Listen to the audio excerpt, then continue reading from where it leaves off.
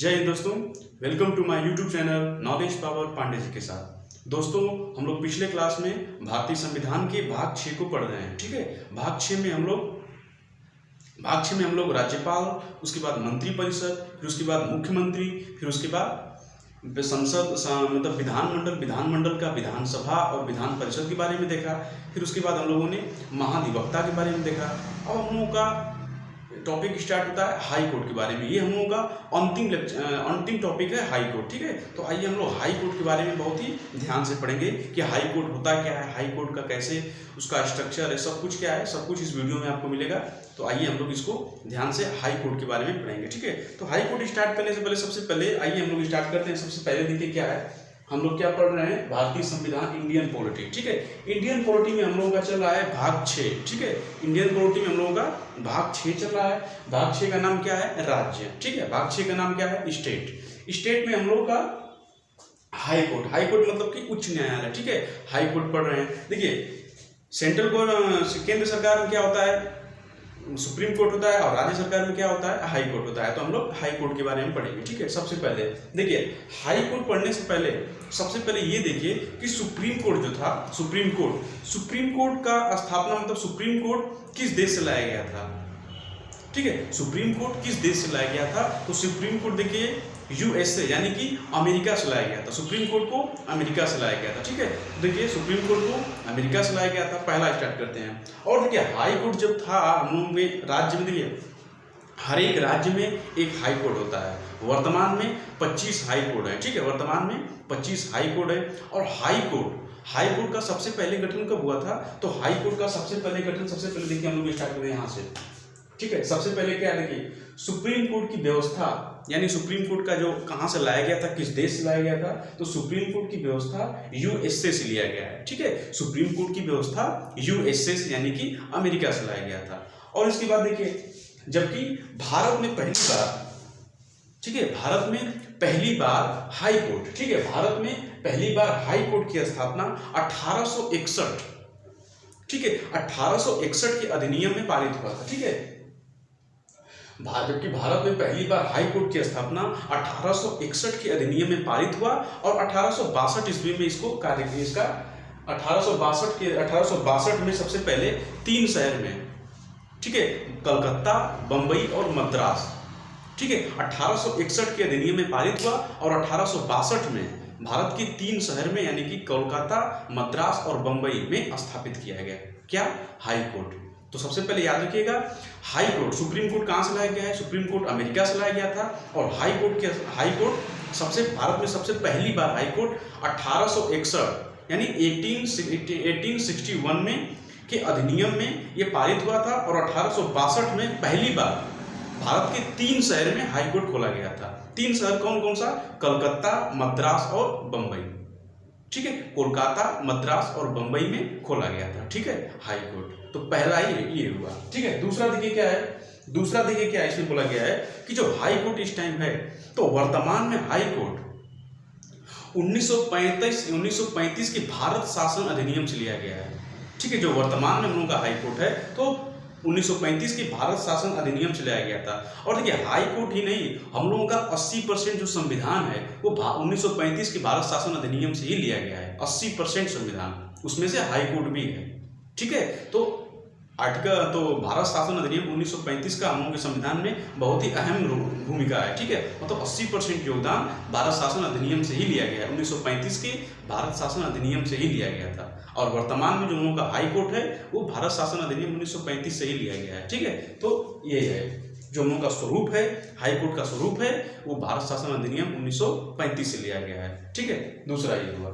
तो समझ में आया कि हाई कोर्ट कहाँ, हाई कोर्ट सबसे पहले हाई कोर्ट 1861 के अधिनियम में पारित हुआ था। ठीक, फिर 1862 में कलकत्ता, मद्रास और बंबई 3 शहर में हाई कोर्ट की स्थापना किया गया था। और वर्तमान में जो हाई कोर्ट का स्वरूप है वो भारत शासन अधिनियम 1935 से लिया गया है। ठीक, ये रहा हम लोगों का हाई कोर्ट के बारे में थोड़ा सा बेसिक नॉलेज।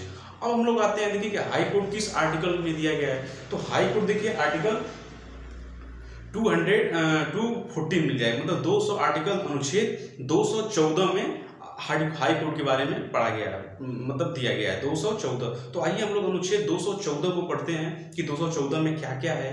तो आइए स्टार्ट करते हैं अनुच्छेद मतलब आर्टिकल 214। ठीक है, देखिए अनुच्छेद 214 में क्या बोला गया है कि इसमें हाई कोर्ट की गठन की चर्चा है। ठीक है, अनुच्छेद 214 में हाई कोर्ट के गठन की चर्चा है। गठन में सबसे पहले क्या होगा, गठन में ये बताया गया है कि प्रत्येक राज्य में एक हाई कोर्ट होगा। ठीक है, प्रत्येक राज्य में एक हाई कोर्ट होगा। वर्तमान में 25 हाई कोर्ट है, याद रखिएगा, वर्तमान में भारत में 25 हाई कोर्ट और एक सुप्रीम कोर्ट है। ठीक है, लेकिन इसमें यह भी बोला गया है कि यदि कोई भी राज्य देखिए बड़ा है, जैसे हम लोगों का उत्तर प्रदेश बड़ा है बहुत, जैसे कोई भी राज्य यदि बहुत बड़ा है तो उसका एक ही जो रहेगा हाई कोर्ट, उसका एक खंडपीठ यानी कि एक दूसरा ब्रांच भी खोला जा सकता है। यानी कि उत्तर प्रदेश में देखेंगे तो उत्तर प्रदेश में इलाहाबाद हाई कोर्ट है, लेकिन इलाहाबाद का एक ब्रांच यानी शाखा एक लखनऊ में भी खोला गया है। तो उत्तर प्रदेश में 2 है। ठीक है, यानी कि बहुत बड़ा यदि क्षेत्रफल का राज्य है तो वहां पे उसका अलग अलग ब्रांच भी हम लोग खोल सकते हैं, ब्रांच भी खोला जा सकता है। ठीक है, एग्जाम्पल में देखिए उत्तर प्रदेश में Lucknow plus Allahabad 2 high court है। ठीक है, लखनऊ इलाहाबाद, सबसे पहला लखनऊ इलाहाबाद है। इलाहाबाद का जो ब्रांच है, जो उसका खंडपीठ है, वो लखनऊ में ही है। ठीक है, तो सबसे पहले देखिए अनुच्छेद 214 इसमें हाई कोर्ट के गठन की चर्चा है। प्रत्येक राज्य का एक हाई कोर्ट होगा और यदि राज्य बहुत बड़ा है तो एक ही राज्य में उसे हाई कोर्ट के खंडपीठ यानी कि ब्रांच खोले जाएंगे। ठीक है, और देखिए और इसमें एक बात यह भी बताया गया है कि यदि बहुत छोटा राज्य है तो 2 छोटे मिलाकर उसका एक ही हाई कोर्ट बनाया जा सकता है। जैसे एग्जाम्पल के रूप में गुवाहाटी में अपना स्वतंत्र हाई कोर्ट नहीं है, क्योंकि गुवाहाटी बहुत छोटा है। तो दो कहने का मतलब ये है कि 2 छोटा यदि राज्य रहेगा तो दो छोटे राज्यों को मिलाकर एक ही हाई कोर्ट में कार्य उसका दोनों का एक ही हाई कोर्ट में कार्य किया जाएगा। ठीक है, जैसे मान के चलिए केरल में देखिए लक्षद्वीप में हाई कोर्ट है, लेकिन केरल का भी सुनवाई उसमें करता है, क्योंकि केरल एक छोटा सा राज्य है। तो कहने का मतलब ये है कि 2 बड़े यदि एक ही बहुत बड़ा राज्य है तो उसमें 2 हाई कोर्ट हो सकते हैं। ठीक है, और 2 छोटे राज्य हैं तो उसका एक ही हाई कोर्ट हो सकता है। जैसे लक्षद्वीप देखिए, लक्षद्वीप और केरल, लक्षद्वीप में जो हाई कोर्ट है वो केरल का भी सुनवाई करता है। उत्तर प्रदेश में 2 हाई कोर्ट हैं, एक इलाहाबाद हो गया, एक लखनऊ हो गया, मतलब इलाहाबाद का ही ब्रांच खुल गया लखनऊ में। ठीक है, तो ये रहा हम लोग का पहला। दूसरा देखिए क्या है, तो समझ में आया, अनुच्छेद 214 में हाई कोर्ट के गठन की चर्चा है। अब देखिए दूसरा इसमें ये बताया गया है कि देखिए सर्वाधिक भारत के में जो 25 हाई कोर्ट है उसमें सर्वाधिक जजों की संख्या इलाहाबाद हाई कोर्ट में है। ठीक है, सर्वाधिक जजों की संख्या इलाहाबाद हाई कोर्ट में है। आगे देखिए, और राज्यों में हाई कोर्ट के जजों की संख्या वृद्धि का अधिकार राष्ट्रपति है, जबकि सुप्रीम कोर्ट में जजों की संख्या वृद्धि का अधिकार संसद को है। देखिए संख्या वृद्धि का मतलब क्या, मतलब संख्या वृद्धि का मतलब क्या, जैसे कोई भी हाई कोर्ट, जैसे कोई भी राज्य में हाई कोर्ट है, अब हाई कोर्ट में जजों की संख्या बढ़ाना, यदि जजों की संख्या की कमी हो गई हो और जजों की संख्या को मतलब कि बढ़ाए जाने का अधिकार किसको है, तो राज्यों में किसको है, राष्ट्रपति को है। ठीक है, राष्ट्रपति चाहेंगे तो राज्यों में हाई कोर्ट में जजों की संख्या बढ़ा सकते हैं। और देखिए सुप्रीम कोर्ट में क्या है, सुप्रीम कोर्ट में जजों की संख्या बढ़ाने के लिए संसद से बढ़ता है, संसद में पारित किया जाएगा, फिर उसके बाद बढ़ेगा। लेकिन हाई कोर्ट में क्या है कि सीधे राष्ट्रपति करता है। ठीक है, तो हाई को तो कहने का मतलब ये है कि देखिए राज्य में हाई कोर्ट में जजों की संख्या बढ़ाने का अधिकार किसको है, राष्ट्रपति को है। और सुप्रीम कोर्ट में जजों की संख्या बढ़ाने का अधिकार किसको है, संसद। याद रखिएगा, तो वही इसमें बताया गया है कि सर्वाधिक जज इलाहाबाद हाई कोर्ट में है और राज्यों में हाई कोर्ट के जजों की संख्या वृद्धि का अधिकार राष्ट्रपति को है, जबकि सुप्रीम कोर्ट में जजों की संख्या वृद्धि का अधिकार संसद को है। ठीक है, आगे देखिए क्या इसमें बोला गया है। आगे इसमें यह बोला है कि देखिए अब ये तो हो गया, अब देखिए हाई कोर्ट में जज बनने के लिए कौन लोग हाई कोर्ट में जज बन सकते हैं। हाई कोर्ट में जज बनने के लिए किसको हाई कोर्ट का जज बनाया जाएगा, तो सबसे पहले देखिए, सबसे पहले डिस्ट्रिक्ट कोर्ट होता है, फिर उसके बाद हाई कोर्ट होता है, फिर उसके बाद सुप्रीम कोर्ट होता है। ठीक है, तो सुप्रीम कोर्ट का जज किसे बनाया जाता है, जो हाई कोर्ट में कम से कम 10 साल तक वकील रहा हो और 5 साल तक जज रहा हो, उसको सुप्रीम कोर्ट का जज बनाया जाता है। और हाई कोर्ट में जज बनाने के लिए वो डिस्ट्रिक्ट कोर्ट में कम से कम 10 साल तक वकील और 5 साल तक जज रहा हो। ठीक है, हाई कोर्ट में जज बनाने के लिए डिस्ट्रिक्ट कोर्ट में 10 साल तक कम से कम वकील और 5 साल तक जज के रूप में कार्य यदि कोई किया है, और राज्यपाल ठीक है। और राज्यपाल की नज़र में कानून का एक अच्छा जानकार भी होना चाहिए। यह भी ध्यान याद रखिएगा कि राज्यपाल की नज़र में राज्यपाल की नज़र में कानून का एक अच्छा जानकार भी होना चाहिए। वही सुप्रीम कोर्ट में जाएंगे तो राष्ट्रपति की नज़र में एक कानून का अच्छा जानकार होना चाहिए, और राज्य में राज्यपाल की नज़र में एक अच्छा कानून का जानकार होना चाहिए। और डिस्ट्रिक्ट कोर्ट में वो 10 साल तक वकील रहा हो और 5 साल तक जज के तौर पे काम किया हो तो उसको हाई कोर्ट का जज बना दिया जाएगा। ठीक है। फिर देखिए, हाई कोर्ट में जज बनने के लिए डिस्ट्रिक्ट कोर्ट में 10 वर्ष वकील या 5 वर्ष जज होना चाहिए। साथ ही राज्यपाल की नज़र में कानून का अच्छा जानकार होना चाहिए। समझ में आया? और यही सुप्रीम कोर्ट में देखेंगे तो सुप्रीम कोर्ट में हाई कोर्ट के कम से कम 10 साल तक वकील की वकालत किया हो और 5 साल तक जज के तौर पर कार्य किया हो और राष्ट्रपति की नज़र में कानून का एक अच्छा जानकार हो, तब उसे सुप्रीम कोर्ट का जज बना दिया जाता है। ठीक, आगे देखिए। आगे इसमें यह बोला गया है कि देखिए हाई कोर्ट की नियुक्ति कौन करेगा। हाई कोर्ट की नियुक्ति कौन करेगा? तो यहाँ पे देखिए हाई कोर्ट की नियुक्ति के बारे में सबसे पहले हाई कोर्ट की नियुक्ति के बारे में सबसे पहले क्या होगा? हाई कोर्ट की देखिए नियुक्ति कौन करता है? राष्ट्रपति करते हैं। लेकिन हाई कोर्ट के जजों की नियुक्ति कौन करता है? राष्ट्रपति करते हैं। लेकिन क्या है कि वो अपने मन से ही कर देंगे? नहीं, उसमें क्या है कि 3 लोगों की परमिशन या फिर 3 लोगों का परामर्श सलाह लेना पड़ेगा राष्ट्रपति को, 3 लोगों की। अब 3 लोगों में कौन है? तो सबसे पहले क्या है कि सुप्रीम कोर्ट के मुख्य न्यायाधीश। हाई कोर्ट में जजों की नियुक्ति संबंधी सिफारिश कौन करेगा? तो सुप्रीम कोर्ट का मुख्य न्यायाधीश। सुप्रीम कोर्ट का मुख्य न्यायाधीश मतलब कि CJI, यानी कि इस टाइम कौन है? चंद्रचूड़ जी हैं इस टाइम। ठीक है, जस्टिस चंद्रचूड़ जी हैं इस टाइम। तो सुप्रीम कोर्ट का मुख्य न्यायाधीश और हाई कोर्ट का भी मुख्य न्यायाधीश। सुप्रीम कोर्ट का मुख्य न्यायाधीश, हाई कोर्ट का मुख्य न्यायाधीश और तीसरा राज्यपाल। ठीक है। हाई कोर्ट में जजों की नियुक्ति संबंधी सिफारिश सुप्रीम कोर्ट का मुख्य न्यायाधीश, हाई कोर्ट का मुख्य जज एवं राज्यपाल मिलकर राष्ट्रपति को करते हैं। तब जाके राष्ट्रपति हाई कोर्ट में जजों की नियुक्ति करता है। ठीक है। सिफारिश कौन करता है? 3 लोग करेंगे, सुप्रीम कोर्ट का मुख्य न्यायाधीश, हाई कोर्ट के मुख्य जज, मतलब हाई कोर्ट का भी मुख्य जज हो गया, और राज्यपाल। तीनों लोग मिलके राष्ट्रपति को सिफारिश करते हैं। तो राष्ट्रपति हाई कोर्ट में जजों की नियुक्ति कर देते हैं। समझ में आया कि हाई कोर्ट की जजों की नियुक्ति कैसे होती है, हाई कोर्ट में जज कौन से लोग जज बनते हैं, और हाई कोर्ट में जज बनने की योग्यता क्या क्या होती है, ये सब होता है। ठीक है, राष्ट्रपति को करते हैं। चौथा देखिए, अब जब ये हो गया, देखिए सिफारिश केवल ये लोग सिफारिश करेंगे, और करेगा कौन? नियुक्ति करेगा कौन? राष्ट्रपति करेगा। इसलिए हाई कोर्ट का जो जज होता है, इसलिए हाई कोर्ट के जज को शपथ कौन दिलाता है? हाई कोर्ट के जज को शपथ राज्यपाल दिलाते हैं। अब हर काम राष्ट्रपति थोड़ी ना करेगा। इतना कोर्ट है, 25 कोर्ट है, हर एक कोर्ट में बहुत सारे जज बैठते हैं, तो राष्ट्रपति को इतना टाइम कहाँ है कि हर एक जगह आके वो अपना सबको शपथ दिलाए। इसलिए राज्यपाल को ये बोला गया है कि हाई कोर्ट के जजों का नियुक्ति यानी कि शपथ कौन दिलाएगा? नियुक्ति तो वो करते हैं, लेकिन शपथ कौन दिलाएगा? शपथ राज्यपाल दिलाएगा, और नियुक्ति कौन करेगा? राष्ट्रपति करेगा। ठीक है, याद रखिएगा, हाई कोर्ट के जजों को शपथ कौन दिलाता है? राज्यपाल। और हाई कोर्ट के जजों की नियुक्ति कौन करता है?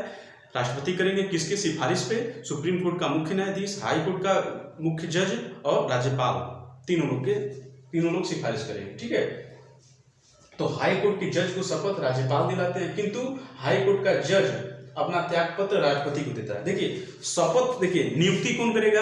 राष्ट्रपति करेगा। शपथ कौन दिलाएगा? राज्यपाल दिलाएगा। लेकिन जो नियुक्ति किया है, इसलिए हाई कोर्ट का जज यदि अपना त्यागपत्र देना चाहे तो राज्यपाल को न देकर सीधे राष्ट्रपति को देगा। क्यों? क्योंकि उसकी नियुक्ति कौन किया है? राष्ट्रपति किए हैं, इसलिए वो अपना त्यागपत्र राष्ट्रपति को जाके सौंपेगा। ठीक है, हाई कोर्ट का जज, याद रखिएगा। आगे देखिए क्या बोला गया, आगे 5वां ये बोला गया है कि ये देखिए, ये 65 वर्ष की आयु तक अपने पद पे बने रहते हैं। पहले 62 था, लेकिन अब जाके ये 65 हो गया है। तो ये 65 वर्ष की आयु तक अपने पद पे बने रहते हैं। कौन? हाई कोर्ट के जज। ठीक है, 65 वर्ष की आयु तक अपने पद पे बने रहते हैं। इससे पहले भी इन्हें संसद के महाभियोग द्वारा हटाया जा सकता है। देखिए, चाहे सुप्रीम कोर्ट के जज हो या हाई कोर्ट के जज हो, इन दोनों लोगों को हटाने का जो प्रस्ताव हो, वो संसद के महाभियोग द्वारा ही हटाया जा सकता है। महाभियोग देखिए एक बहुत ही जटिल प्रक्रिया है। अभी तक कोई भी जो जज है इस पे महाभियोग तो लगाया गया है, लेकिन कोई भी महाभियोग के द्वारा अभी तक हटा नहीं है, क्योंकि ये बहुत ही जटिल प्रक्रिया है। जैसे संविधान में संशोधन करने की जटिल प्रक्रिया है, उसी प्रकार जैसे राष्ट्रपति को हटाने की, राष्ट्रपति पर महाभियोग की जटिल प्रक्रिया है, उसी प्रकार सुप्रीम कोर्ट के जज और हाई कोर्ट के जज को महाभियोग लगाने की प्रक्रिया बहुत ही जटिल होता है। ठीक है, तो सुप्रीम कोर्ट या हाई कोर्ट की जजों की वो 65 वर्ष तक तो रह सकते हैं, लेकिन इसको हटाने के लिए महाभियोग, संसद में महाभियोग जैसी प्रक्रिया लानी पड़ती है। ठीक है, आगे देखिए क्या बोला गया। आगे ये बोला गया है कि सुप्रीम कोर्ट के जजों को, ठीक है, सुप्रीम कोर्ट के जजों को केंद्रीय संचित निधि से, जैसे सुप्रीम कोर्ट के जज को जो वेतन, तनख्वाह और सैलरी वगैरह जो भी मिलता है, तो केंद्र सरकार का संचित निधि है वहां से दिया जाता है सुप्रीम कोर्ट के जज का। ठीक है, कहाँ पे दिया जाएगा? केंद्रीय संचित निधि से दिया जाता है। और हाई कोर्ट और डिस्ट्रिक्ट कोर्ट के जजों को, और क्या है, हाई कोर्ट तथा डिस्ट्रिक्ट कोर्ट के जजों का वेतन राज्य की संचित निधि से दिया जाता है। सुप्रीम कोर्ट के जज का वेतन केंद्र की संचित निधि से, और हाई कोर्ट और डिस्ट्रिक्ट कोर्ट के जज का वेतन राज्य की संचित निधि से दिया जाता है। देखिए, संचित निधि का मतलब ये हुआ कि एक बार उनका वेतन लागू हो गया तो उसको आप कम नहीं कर सकते हैं, वो उतना ही रहेगा, उसको आप कम नहीं कर सकते हैं। ठीक है, तो ये रहा हम लोगों का अनुच्छेद 214। अनुच्छेद 214 में हम लोगों का 6 पॉइंट है। 6 पॉइंट को आप लोग बहुत ही ध्यान से इसको देखिए, बहुत ही इंटरेस्टिंग, बहुत ही इंपॉर्टेंट ये सब पॉइंट है। ठीक है, पहला, दूसरा, तीसरा, चौथा, पांचवा और छठा पॉइंट, ये सब मैंने आपको एक एक करके बता दिया है, तो इसको आप लोग बहुत ध्यान से पढ़िए। ठीक है, अब इसके बाद हम लोग स्टार्ट करते हैं अनुच्छेद आर्टिकल 226, क्योंकि देखिए अनुच्छेद 214 में हाई कोर्ट के बारे में चर्चा की गई थी और अनुच्छेद 226 में। ठीक है, देखिए अनुच्छेद 226 क्या कहता है। आर्टिकल 226 में ये बोला गया है कि इसके तहत हाई कोर्ट भी 5 प्रकार के रिट जारी कर सकता है। देखिए, रिट क्या होता है कि एक आदेश जारी करना। रिट क्या होता है? एक आदेश जारी करना। सुप्रीम कोर्ट अनुच्छेद 32 यानी कि मूल अधिकार जो हम आपको पढ़ाए थे, फंडामेंटल राइट्स जो हम मूल अधिकार पढ़ाए थे, तो सुप्रीम कोर्ट अनुच्छेद 32 के तहत 5 प्रकार के रिट जारी कर सकता है, और हाई कोर्ट अनुच्छेद 226 के तहत भी रिट जारी कर सकता है, 5 प्रकार का रिट जारी कर सकता है। ठीक है, कब जारी करेगा? जब उसका मूल अधिकार का कोई हनन हुआ हो, किसी के मूल अधिकार का हनन हुआ हो, किसी के मूल अधिकार को छीना गया, उस टाइम पे सुप्रीम कोर्ट अनुच्छेद 32 के तहत रिट जारी करेगा, और हाई कोर्ट क्या है, अनुच्छेद 226 के तहत रिट जारी करेगा, मतलब आदेश जारी करेगा। ठीक है, आगे देखिए, डिस्ट्रिक्ट कोर्ट के मुकदमे को अपील हाई कोर्ट में की जा सकती है, किंतु सीधा मुकदमा हाई कोर्ट में नहीं होता है। देखिए, सबसे पहले हमारे देश में डिस्ट्रिक्ट कोर्ट होता है, फिर उसके बाद हाई कोर्ट होता है, फिर उसके बाद सुप्रीम कोर्ट होता है। आप डायरेक्ट किसी केस को हाई कोर्ट या फिर सुप्रीम कोर्ट में नहीं ले जा सकते हैं। सुप्रीम कोर्ट का डायरेक्ट तब ले जाएंगे जब आपको, सुप्रीम कोर्ट या हाई कोर्ट में तब ले जाएंगे जब आपके फंडामेंटल राइट्स यानी कि मूल अधिकार में कोई दिक्कत हुआ हो, कोई हनन किया हो, कोई छीन रहा हो, तब आप सीधे सुप्रीम कोर्ट जा सकते हैं। लेकिन कोई अन्य मामला हो तो सबसे पहले आप डिस्ट्रिक्ट कोर्ट में जाएंगे, ये ना कि आप डायरेक्ट चले गए हाई कोर्ट में, नहीं।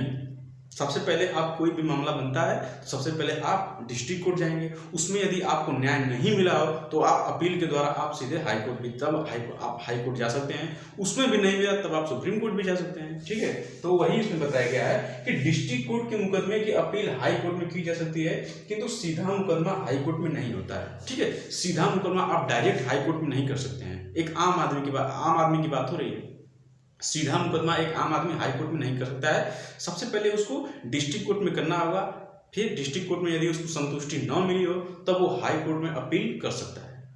ठीक है, अब देखिए क्या है कि कुछ मुकदमे जो सीधे हाई कोर्ट में की जा सकती है।